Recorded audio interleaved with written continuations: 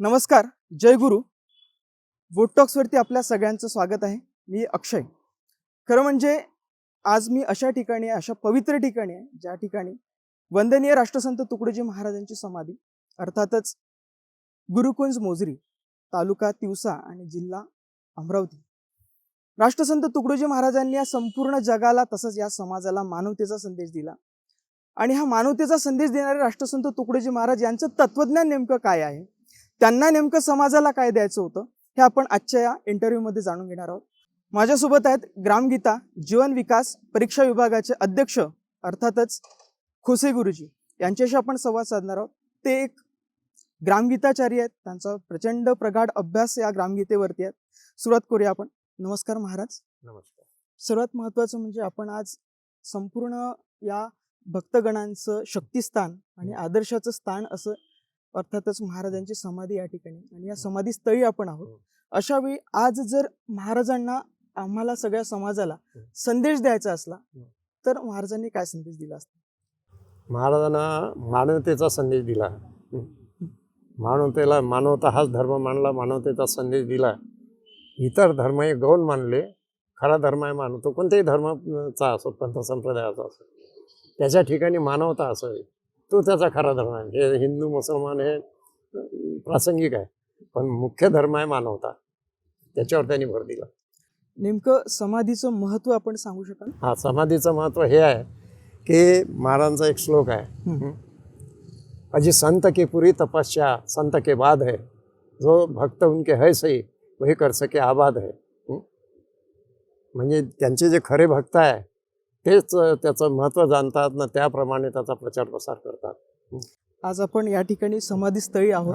खरं म्हणजे आपण बोललात की या ठिकाणी जास्त वेळ थांबता येत नाही आणि विशेषतः आपण इथे थांबतोय. म्हणजे इथं दर्शन घ्यायला चालायला लागेल, कारण हजारो लाखो लोक दररोज येतात. त्यामुळे कोणी जर घंटूनशे बसले तर ते डिस्टर्ब होतात. म्हणून इथं आम्ही बसत नाही, कोणालाही बसू देत नाही. दर्शन घ्यावा आणि चाला, दर्शन घ्या आणि चाला. नेमकं समाधीमधून आपल्याला एक शक्ती, एक आदर्श खरंच इथे मिळतो, प्रेरणा मिळते. अच्छा, त्याच्यानंतरचा प्रश्न असा आहे की या ग्रामगीतेमधून नेमकं महाराजांनी 1955ला ही ग्रामगीता प्रकाशित झाली, तर त्या ग्रामगीतेचं नेमकं तत्वज्ञान काय आहे? ग्रामगीतेचा म्हणजे त्यांचा अर्थसंदेश आहे. ते रुग्णशयेत होते बॉम्बे हॉस्पिटलला. ग्रामगीता आणि इतर समग्र वाङ्मय त्यांचं याच्या संबंधीने अर्थसंदेश दिला त्यांनी की ह्या वाङ्मयाला करोडो कानी मुखी जाऊ द्या. त्याचा वापर स्वार्थ पूर्तीसाठी न करता परोपकारासाठी करा, हा महाराजांचा अर्थसंदेश आहे. आणि त्या संदेशावर आधारित ही ग्रामगीता जीवन विकास परीक्षा आहे. आणि त्यांचा अर्थसंदेशाची पूर्ती करण्याचं एकमेव प्रभावी माध्यम म्हणजे ग्रामगीता जीवन विकास परीक्षा आहे. कारण या परीक्षेच्या माध्यमातून व्यक्तिपर्यंत, घराघरापर्यंत, गावागावापर्यंत महाराजांचं वाङ्मय जात आहे. अच्छा, या माध्यमातून विद्यार्थ्यांची परीक्षा होऊन त्याच्यामध्ये 6 परीक्षा असतात. अच्छा, पहिली वर्ग 5 ते 7 करता प्रवेश परीक्षा असते, 8 ते 10 करता परिचय परीक्षा असते, मॅट्रिक नंतर सर्वा करता डायरेक्ट प्रवीण परीक्षा. त्यांनी पहिली दिवशी नाही दिली चालेल. प्रवीण परीक्षा दिल्याशिवाय ग्रामनाथला बसता येत नाही. प्रवीण झाल्यानंतर ग्रामनाथ, ग्रामनाथ झाल्यानंतर ग्रामगीताचार्य ही शेवटची परीक्षा आहे. या माध्यमातून ही ग्रामगीता सगळ्यांच्या घरोघरी पोहोचू शकते असं आपल्याला. ग्रामगीताच नाही, समग्र वाङ्मय. समग्र वाङ्मय कारण ही परीक्षा समग्र फक्त ग्रामगीतेवरच नाही, नाव आहे त्याचा ग्रामगीता जीवन विकास परीक्षा, परंतु ही परीक्षा समग्र वाङ्मयावर आधारित आहे. त्याच्यात मध्ये ग्रामगीता आली, भजनं आले, श्लोक आले, अभंग आले, बोधवचनं आले. व्यक्तीच्या जीवनामध्ये ग्रामगीता ही अक्षरशः जन्मापासून तर मृत्यूपर्यंतचा संस्कार सांगते. तर नेमकं हे कसं उपयोगी ठरतं हे तत्वज्ञान व्यक्तीच्या जीवनामध्ये? त्याचे पंचक ठरलेले 8. ज्याला सद्धर्माचं ज्ञान झाल्याशिवाय त्याच्यामध्ये लोकसंग्रही वृत्ती येऊ शकत नाही. म्हणून दुसरं पंचक आहे लोकवशीकरण पंचक. लोकवशीकरण झाल्याशिवाय गावाची कलात्मक आदर्श ग्राम रचना होऊ शकत नाही. म्हणून ग्राम निर्माण पंचक. आणि गावाची आदर्श ग्रामरचना झाल्यानंतर मग त्याचं दृष्टी परिवर्तन पंचक. आदर्श रचना झाल्यानंतर दृष्टी परिवर्तित होते आणि दृष्टी परिवर्तित झाल्यानंतर मग संस्कार शोधन पंचक. म्हणजे दृष्टी परिवर्तित झाली तरच सुसंस्कार रूढ होऊ शकतात. म्हणून संस्कार शोधन पंचक आहे अध्याय 21 ते 25. नंतर प्रेम धर्म स्थापन पंचक आहे. संस्कार दूर झाल्याशिवाय प्रेम धर्माची स्थापना जगात होऊ शकत नाही. म्हणून प्रेम धर्म स्थापन पंचक आहे नंतरचं. आणि प्रेम धर्म पंचक झाल्यानंतर देवत्व साधन पंचक आहे. बरोबर. ज्यांच्यामध्ये सुसंस्कार रूढ झाले आणि प्रेम धर्म स्थापित झाला त्याच्या ठिकाणी देवत्व येते. बरोबर. म्हणून देवत्व साधन पंचक. आणि देवत्व साधन पंचक म्हणजे देवत्व निर्माण झालं मानवामध्ये की त्याचं जीवन आदर्श बनते. पण शेवटचा 8वं पंचक आहे आदर्श जीवन पंचक. बरोबर. याच्यामध्ये आज एक मला प्रश्न जाणीवपूर्वक विचारावा वाटतील आणि एक विचारा, युवक विचारा. म्हणून मला प्रश्न विचारा, विचारावा वाटेल कोणताही विचार. की आज ग्रामगीता साधारण 20व्या शतकामध्ये लिहिली गेली किंवा हा. प्रकाशित झाली. महाराजांनी हे जे तत्वज्ञान आहे ते 20व्या शतकात मांडलं. आज 21वं शतक सुरू आहे आणि अनेक आव्हानं आज समाजापुढे आहेत. युवकांपुढे अनेक आव्हानं आहेत किंवा या संपूर्ण जगापुढे आज युद्धाची स्थिती या जगामध्ये दिसून येते. हिंसेचं वातावरण मोठ्या प्रमाणात वाढलेलं आहे. लोक सगळे एकमेकांप्रती द्वेष पसरवत आहेत. अशा स्थितीमध्ये ग्रामगीता कुठपत संयुक्तिक ठरेल किंवा प्रासंगिक ठरेल असं आपल्याला वाटतं? जगाच्या पाठीवर ग्रामगीता हा एकमेव ग्रंथ आहे की तुम्ही घराच्या वर पाऊल ठेवलं की ग्रामगीता सुरू होते. उठण्या बसण्या बोलण्याचे ज्ञान लाभे मानण्याची शिक्षण 27 अध्यायात महाराजांनी म्हटलेलं आहे. इथून ग्रामगीता शिकवते. आणि ग्रामगीता केवळ तरुणाकरता वृद्धाकरता आणि विवाहित अविवाहित करता असं नाही आहे. म्हणून ते पर्टिक्युलर त्याचे अध्याय घेतलेले आहे. ब्रह्मचार्याकरता धर्माध्ययन अध्याय दुसरा. बरोबर. गृहस्थाकरता आश्रम धर्म आहे. नंतर संसार साधून परमार्थ साधायचं याच्याकरता 4था अध्याय संसार परमार्थ. बरोबर. आणि वर्णव्यवस्था आजकाल बिघडलेली आहे. जातीयवाद वाढला. जातीवाद नाही जातीवरून वर्ण ठरवले होते ते चुकीचं आहे. बरोबर. गुणकर्णावरून वर्ण ठरायला पाहिजे. एखादा दलित समाजाचा माणूस जर युद्धात पराक्रम दाखवते तो क्षत्रिय वर्णाचा झाला. बरोबर. एखादा आदिवासी समाजाचा माणूस जर तत्वज्ञान सांगत असेल तर तो ब्राह्मण वर्णाचा झाला, ब्रह्मवर्णाचा झाला. बरोबर. आणि एखादा व्यवसाय करून तराजूची दंडी न मारता प्रामाणिकपणे आपला व्यवसाय करत असेल तो वैश्य वर्णाचा झाला. बरोबर. आणि या तिन्ही कामाची योग्यता ज्याच्यात नाही पण तो सेवाभावी आहे, झाडलोट करणे, सेवा करणे सर्वांची, तर तो शूद्र. पण तोही कामाचा आहे. बरोबर. त्याला शूद्र म्हणून अव्यर्था येणार नाही, त्याची गरज आहे. कारण हे 3 जे आहे वर्ण, ह्या 3ही वर्णाची सेवा तो 4था वर्ण करतो शूद्र. बरोबर. म्हणून या 4 वर्ण निर्माण केले. अक्षरशः म्हणजे जन्मापासून तर मृत्यूपर्यंतचे सगळे संस्कार आपल्याला ग्रामगीतेमध्ये पाहायला मिळतात. बिलकुल. त्याच्यामध्ये एक आहे की महाराजांचं भजन आहे, म्हणी नाही भाव म्हणे देवा मला पाव, देव अशाने भेटायचा नाही रे. आजचा काळ आपण बघतो की भस्म डोक्याला लावलं जातं, टिळा डोक्याला लावला जातो, असं करून धर्म मी दाखवला जातो. किंवा टोपी डोक्यामध्ये घालून मुस्लिमांची टोपी असो किंवा मग शिखांची टोपी असो किंवा मग हिंदूंचा टीका लावणं असो, हे जे सगळी धर्मांधता आपल्याला दिसून येते. याच्यातून महाराजांनी कसा मार्ग दाखवला मानवतेचा? महाराजांनी या सर्व याच्यावर फक्त ग्रामगीतेतूनच नव्हे, भजन, श्लोक, बोधवचन याच्यातून सुद्धा संदेश दिलेला आहे. अच्छा. म्हणजे नेमकं मानवता काय? अंगिनाय ज्ञान म्हणे म्हणजे साधू मला मान, हे भजन आहे महाराजांचं. बरोबर. साधूचे लक्षण एकही नाही. बरोबर. पण ढोंग घेतलेला आहे, वस्त्र दाढी वाढवली, बरोबर, भगवे वस्त्र पांघरले, साधू म्हणे. महाराजांनी म्हणजे केंद्रीय स्तरापासून म्हणजे शासन स्तरापासून तर गल्ली बोळापर्यंत एकही व्यक्ती सोडलं नाही उपदेश करताना. बरोबर. शासनालाही ठणकावलं, शासन चलाना मदारी का केली नाही. बरोबर. हा एकच महात्मा आहे बरोबर. ज्यांनी सर्व स्तराच्या लोकांना तंगी दिली आहे. बरोबर. शासन चलाना मदारी का केली नाही, राष्ट्रपती भवनात ठणकावलं भजनातून.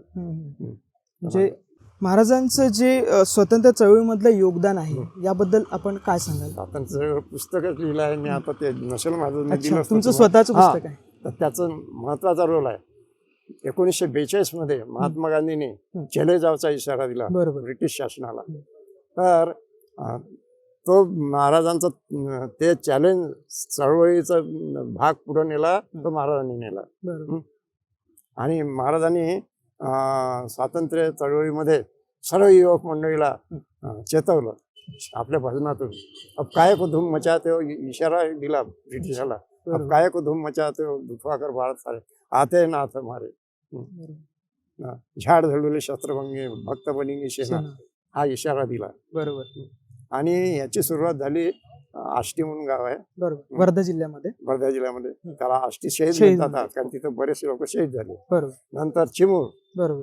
आष्टी चिमूर हे मुख्य स्थान. मग यावली आहे, आपलं बेनोड आहे, बरोबर. असे काही छोटे मोठे स्थान आहे. Yes. मुख्य म्हणजे आष्टी आणि यावली. बरोबर. आपले आष्टी आणि चिमूर. चिमूर ही विशेष नावं हा. घेतली जातात आणि त्याच्यामध्ये. चिमूर मध्ये चंद्रपूर जिल्ह्यातूनच त्यांना अटक झाली. अच्छा.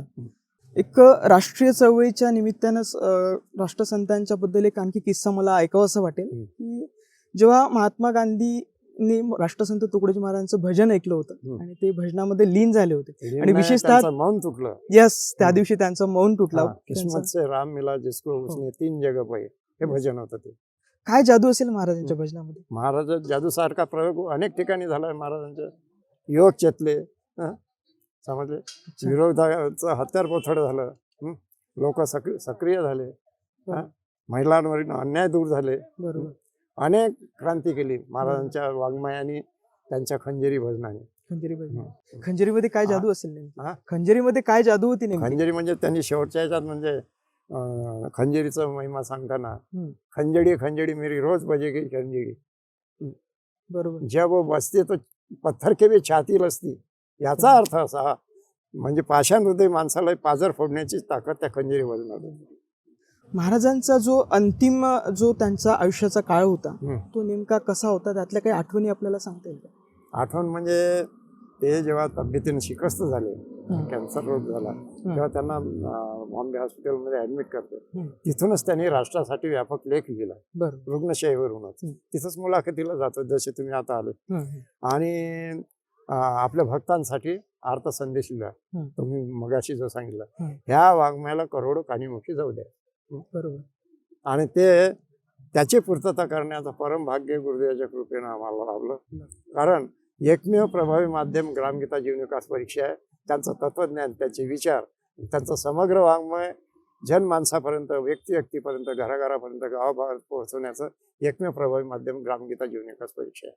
या माध्यमातून आज युवक जुळला जातोय का? हो बाप्पा, याच्यात काही युवक आहे, काही हे आहे. हे सर्व ग्रामगीता अबालवृद्ध सगळेच आहे त्याच्यामध्ये असं म्हणता येईल. म्हणजे या माध्यमातून हे संपूर्ण महाराष्ट्रामध्ये आज पसरत आहे का? आणि शासनाचं याला काही मदत होते? महाराष्ट्रातच नाही, महाराष्ट्राबाहेर सुद्धा. अच्छा. कारण या संस्थेचं नाव आहे अखिल भारतीय श्री गुरुदेव सेवा. बरोबर.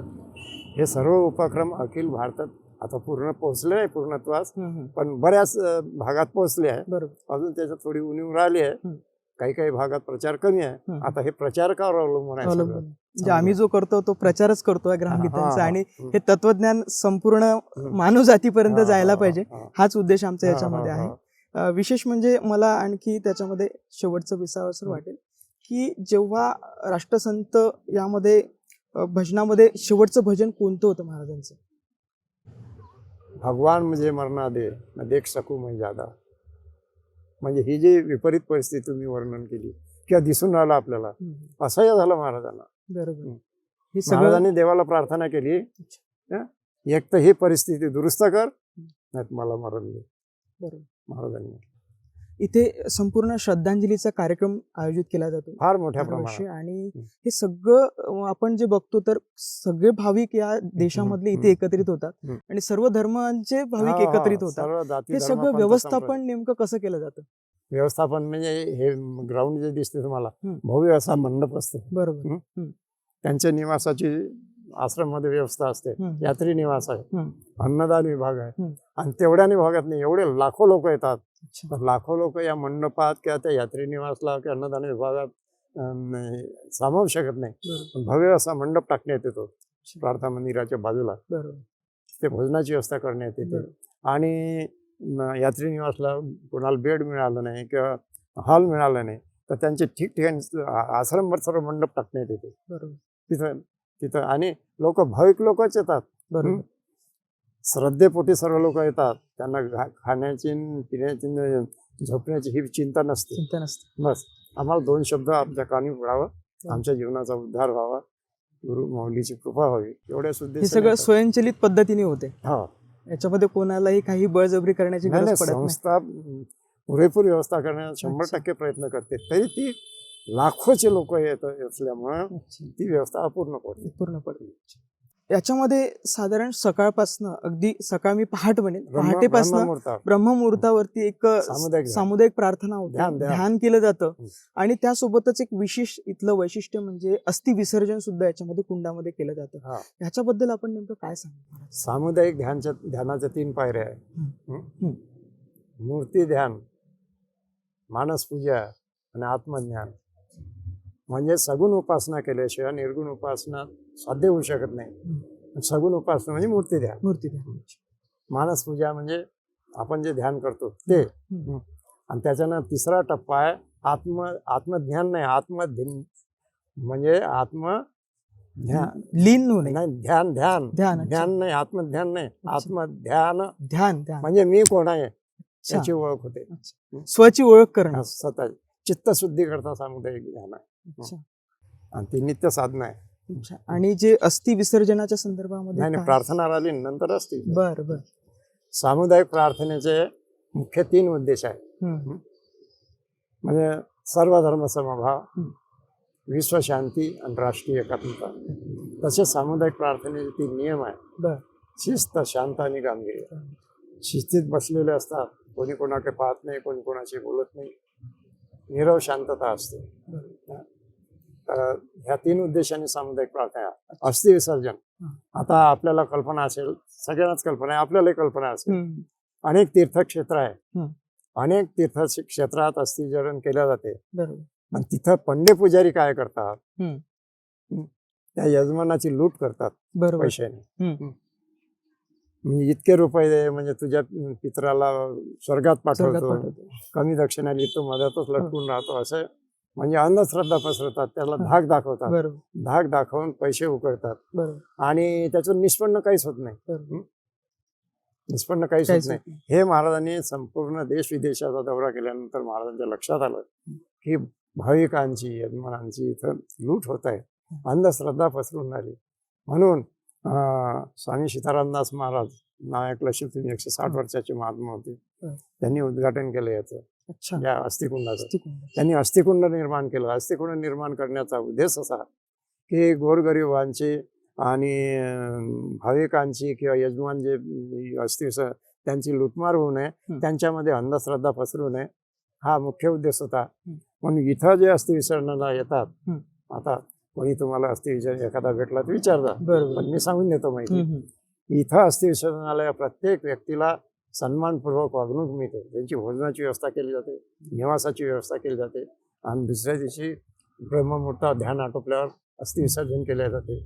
आणि इथे लुटमार नाही, चमत्कार नाही, भुवाबाजी नाही. बरोबर. कसं 51 रुपये पावती फाडणाऱ्याचे अस्थि विसर्जन केले जाते, 51,000 दिवसांनी त्याची केले जाते, 5,000 दिवसांनी त्याचे अस्थि विसर्जन सारखीच केली जाते. सारखं. इथं भेदभाव नाही, लुटमार नाही, भुवाबाजी नाही, अंधश्रद्धा नाही. बरोबर. ही दूर करण्याकरता हे अस्थिकुंड निर्माण झाले. बरोबर.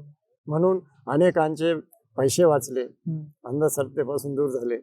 आणि तिथं एक वक्ता असतो, तो या अस्थिकुंडाचं महत्व समजून सांगतो. बरोबर. आणि दुसरं महत्वाचं असं सांगण्यात येते त्या श्लोकामध्ये कि जो अस्त्या सद्भाव शीश अस्थिकुंड में डालते, तुकड्या काय मुक्त होते, फिर जन्म नाही पावते. म्हणजे इथं अस्थि विसर्जन ज्याच्या झाल्या तो जन्म मरणाच्या फेरातून मुक्त होतो, अशी महाराजांचं म्हणणं आहे. प्रत्येकाचं उद्दिष्ट एकच आहे की मला मुक्ती मिळावी. ती मुक्ती या अस्थिकुंडाच्या माध्यमातून मिळू शकते. पण आता महाराजांनी टीका टिप्पणी नाही केली कोणावर, पण ते बाकीच्या ठिकाणी जो भापट पसार आहे तिथे ही गॅरंटी नाही आहे त्याला मुक्ती मिळेल. बरोबर. कारण ते मन दुखावून तिथं अस्थि विसर्जन केलं जातं. बरोबर. पैसे जास्त घेऊन म्हणा, अंधश्रद्धा पसरून म्हणा, त्यांना धाक दाखवून म्हणा, मिळाला. इथं तो प्रकार नाही. ही एक वैशिष्ट्य या अस्थिकुंडाचं आपल्याला म्हणता येईल. तर याच्यामध्ये सगळी समानता राखली जाते. बिलकुल. आणि ही प्रक्रिया नेमकी काय आहे अस्थि विसर्जनाच्या संदर्भामध्ये, की सकाळी ध्यानाच्या माध्यमातून सांगितला तुम्हाला, यजमानाची लुटमार होऊ नये, अंधश्रद्धा पसरू नये, हा मुख्य उद्देश. दुसरी गोष्ट, त्या हे सामुदायिक प्रार्थना मंदिर जे आहे देशातलं नाही विश्वातलं एकमेव मंदिर आहे जिथं अस्थिर नसताना बरोबर. आपण घरात सुद्धा स्थान देत नाही अस्थिला. कोणत्या झाडावर कोणत्या गोठ्यात ठेवतो अस्थि. स्वतःच्या घरात ठेवत नाही. ठेवत नाही. बरोबर. ही अंधश्रद्धा आहे. बरोबर. ती अंधश्रद्धा दूर करण्यात आलेली इथे जगातलं देशातलं जगातलं एकमेव मंदिर आहे. आदरपूर्वक त्या अस्थिला प्लेटमध्ये अस्थि ठेवण्यात येतात. त्याच्यावर संस्कार बरोबर ध्यानाचे म्हणजे भजन आत्मचिंतन श्लोक वगैरे त्याच्यावर याचे संस्कार होतात संस्कार त्या अस्थिवर. आणि तेव्हा ते विसर्जन संस्कार मग विसर्जित करण्यात येतात. म्हणून मला जो अस्थिया सद्भावशी शिस्त कुंडोने डालते तुकड्या कधी मुक्त होते फिर जन्म नाही पावते. एवढी गॅरंटी दिली आहे महाराज. क्या बात आहे. महाराजांचं जे काही आसनस्थान आहे किंवा ध्यानाचं ज्याला अधिष्ठान म्हणतो आपण त्याचं महत्व नेमकं काय आहे? नेमकं हे आहे तिथं कोणत्याही धर्मप्रसिद्धाची प्रतिमा नाही. अच्छा. त्याचं कारण असं आहे की तुम्ही प्रार्थनेला बसल्यानं तुमचे जे कोणी धर्मगुरू असेल ज्यांच्यावर तुमची श्रद्धा असेल तिथं स्थापित आहे अशी भावना व्यक्त करा. तिथं कोणत्याही धर्माचं एक जर ठेवलं दुसऱ्या धर्माचा येणार नाही प्रार्थनेत. तसं चर्चमध्ये ख्रिश्चन धर्माचे जातात, बुद्ध विहारात बुद्धच जातात मंदिरामध्ये हिंदूच जातात, तिथं दुसरे जात नाही. बरोबर. इथं हे व्यापक मंदिर आहे, विश्वव्यापक मंदिर आहे. इथं सर्व जाती धर्म पंथ संप्रदायाचे लोक येऊन प्रार्थना करतात. कारण असं की त्या अधिष्ठानावर त्यांचं धर्म प्रसिद्ध जो काही असेल त्याची प्रतिमा अधिष्ठित आहे ना असं गृहीत धरून प्रार्थना करावं लागतं. म्हणजे विश्वव्यापक मंदिर आहे. बरोबर. इथं धर्म पंथ जातीभेद नाही. त्याच्याकरता त्या अधिष्ठानावर कोणती प्रतिमा नाही. बरोबर. त्याच्यामध्ये आपण जे म्हणतो की रामकृष्ण हरी आले जे महाराजांचं भजन आहे त्याच्यामुळे दास टेकडी त्यांनी ही संकल्पना त्यांच्यामध्ये पुढे आणली आणि तयार केली. ते सांगतो. पंढरपूरची वारी करण्या लांब लांब का जाता इथेच येऊन सदा बसावे वाट तसे भगवंता. बरोबर. तिघाचे अवतार तिघे एका ठाई आले महाराजांचं भजन आहे. बरोबर. धर्मलयाला जातो म्हणून रामकृष्ण हरी आला सगळ्या जनतेशी बोला हा संदेश दिला. म्हणजे गोरगरीब आहे लुळे पांगळे आहे एवढ्या लांब नाही जाऊ शकत म्हणून विदर्भाचं पंढरपूर समजून इथं या आणि त्याचं महात्म्य सांगितलंय. अध्यात्माचे महत्व येथे पाप तापही जाते. बरोबर. अध्यात्माचं केंद्र म्हटलेलं आहे. आणि दानाचे अति महत्व येथे पाप तापही जाते. जो जे सद्भाविक तिथं दान करतात त्यांच्या जीवनातले ताप पाप सगळे नष्ट होतात. आणि शेवटच्या चरणात महाराज अखंड दानी अखंड यात्री मिळतात. ती तुकड्याला याची प्रचिती दररोज तिथे येते. दररोज दान येते. बरोबर. रोज दान येते. अनपेक्षित येते. ज्यांची ओळख नाही पाळख नाही अपेक्षाही नाही ओळख नाही ते अनपेक्षितरित्या दान करतात. हे महाराजांचं महात्म्य आहे असंच आपल्याला म्हणता येईल. महाराजांचं महात्म्य आहे असं आपल्याला त्याच्यामध्ये म्हणता येईल. महात्म्याचाच प्रकार आहे. तिथे दास टेकडीवरती आपण जर बघितलं महापुरुषांच्या काही प्रतिमा लावल्यात किंवा पुतळे लावलेले आहेत. त्याचा उद्देश असा आहे महाराजांची संकल्पना विश्व मानव मंदिराची होती. बरोबर. विश्वात जेवढे काही थोरपूर झाले मानव झाले आदर्श ते सर्व स्थापित करायचे. मला विशेष सांगावंसं वाटेल की त्या दास टेकडीवरती अक्षरशः सॉक्रेटिस अरिस्टॉटल पासून तर सगळ्या तत्ववेत्यांची मूर्त्या त्या ठिकाणी लावलेल्या आहेत. हे विशेष आपल्याला म्हणता येईल. विशेष म्हणजे याच्याकरता त्या सर्व थोर पुरुषांचे तत्वज्ञान आपण स्वीकारायचं. बरोबर. आणि आपला आदर्श जीवन बनवायचं. आणि सगळ्यांचा उद्देश एकच. जागतिक ग्रंथालय आहे तिथे. अच्छा. जागतिक ग्रंथालय त्या ठिकाणी सर्व जगातल्या सर्व ग्रंथाचे तिथं अध्ययन व्हावं चिंतन मनन व्हावं आचरण व्हावं त्याप्रमाणे हा उद्देश. तर अंतिम आपण या ठिकाणी संदेश काय देऊ इच्छिताल आपल्या सगळ्या प्रेक्षकांना? आपण प्रेक्षकांना हा की सर्वांनी पहिले महाराजांच्या समग्र वाङ्मयात ग्रामगीता मुख्य ग्रंथ आहे. आणि मगाशी सांगितल्याप्रमाणे सर्व समस्या सर्व प्रश्न याचे सर्व उत्तर त्या ग्रामगीता आहे. कोणताही प्रश्न विचारा. बरोबर. तरुणाबद्दल विचारा म्हाताऱ्याबद्दल बिमाराबद्दल विचारा कोणत्याही संन्यासाबद्दल विचारा. म्हणजे जे देववृत्तीचे लोक आहेत त्याच्याबद्दल विचारा असुवृत्तीचे लोक आहेत त्याच्याबद्दल विचारा. कारण एका अध्यात्म ईश्वर सेवा ही ग्रामसेवा तर सर्वांच्या सुखाचा ठेवा. वर काही असुरे असती गावा यज्ञ भंग कराया. आपण समाजात वावरताना आपल्या लक्षात येते सर्वच लोक सज्जन भेटत नाही. बरोबर. काही सज्जनावर आपत आणणारे त्यांच्या कार्यात अडथळा करणारे त्यांना असुवृत्तीचे लोक म्हटले. तर हे सर्व याच्या अध्ययन चिंतन फक्त वाचल्यानं आणि समजल्यानं नाही होणार. हम्म. त्याप्रमाणे आचरण केल्यानं परिवर्तन होऊ शकते. केवळ वाचल्यानं नाही होणार. मानवाच्या सगळ्या समस्यांचं किंवा आजच्या हा. समाजापुढच्या सगळ्या समस्यांचं उत्तर ग्रामगीता ग्रामगीतेत आहे. म्हणता येईल आपल्याला. अगदी चांगल्या पद्धतीने आपण या ठिकाणी आम्हाला ग्रामगीतेचं महत्व सांगितलं. विशेषतः आमच्या युवकांना हे चांगल्या पद्धतीने आणि आपण सोप्या पद्धतीने सांगितलं. युवकासंबंधी एक स्पेशल भजन लिहिलं आहे. गावागावात जे युवक आहे व्यसनाधीन झाले, बरोबर. परस्परात भांडणं मचले, काम काही हलाल झाले, आळशी झाले, निकम्मे झाले, आई वडिलाच्या वर्षावर खातात, त्यासाठी भजन लिहिलं. बरोबर. गावात माजली धुई कल्पना कशी तुझी नाही, महाराजांचं भजन आहे. तू तरुण दिसतो सुद्धा, काय तुझा फायदा, क्या बात आहे. तू काहीच नाही करून राहिला, आई वडिलाच्या वर्षावर जगून राहिला. माझ्यासारख्या तरुणांना म्हणून कदाचित ते- म्हणून त्यांनी शेवटच्या चरणावर आता तरी सुधार द्यायला आहे. म्हणजे हा जे झालं असं जाऊ दे, बरोबर. आता तरी सुधारणं कामाला लाव. बरोबर. असा संदेश असा दिला. संदेश महाराजांनी दिला त्यामध्ये. अतिशय चांगल्या पद्धतीने आपण या ठिकाणी आम्हाला महाराजांचं तत्वज्ञान सांगितलं.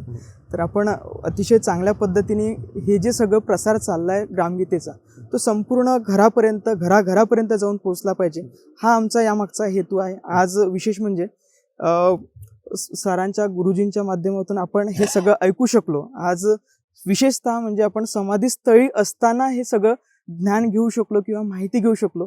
याच्याबद्दल तर मी खूप मोठा आभारी आहे या संस्थानाचा.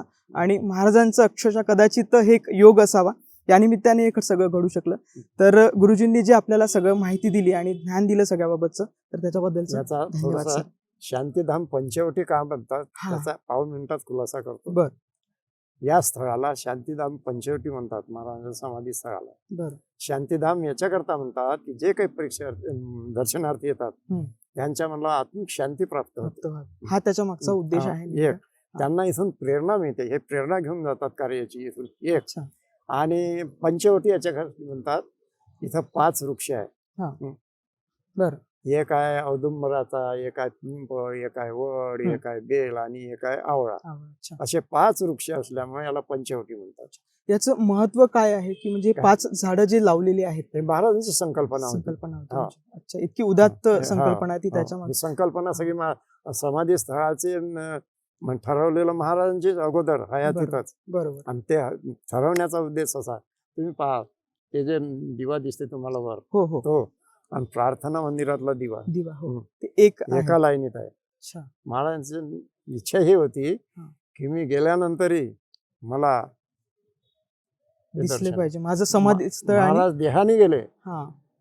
ध्यानी गेले, तत्वानी शक्तीनं नाही गेले. नाही गेले. त्यांची शक्ती अजूनही अद्यावत आहे, विराजमान आहे. हे सगळं अमर आहे हा, अमर आहे, अमर आहे. असं म्हणते. अतिशय चांगली आपण माहिती दिली महाराज. या ठिकाणी मनापासून आभार आपले. आपण इतका वेळ, आपला नाही, महत्वाचा वेळ दिला नाही, काढून ते आम्हाला. सेवेची संधी दिली, त्यामुळे मी आपला आभारी आहे. खूप खूप धन्यवाद. तर या ठिकाणी थांबूया, भेटून आपण आपल्या पुढच्या व्हिडिओमध्ये. धन्यवाद.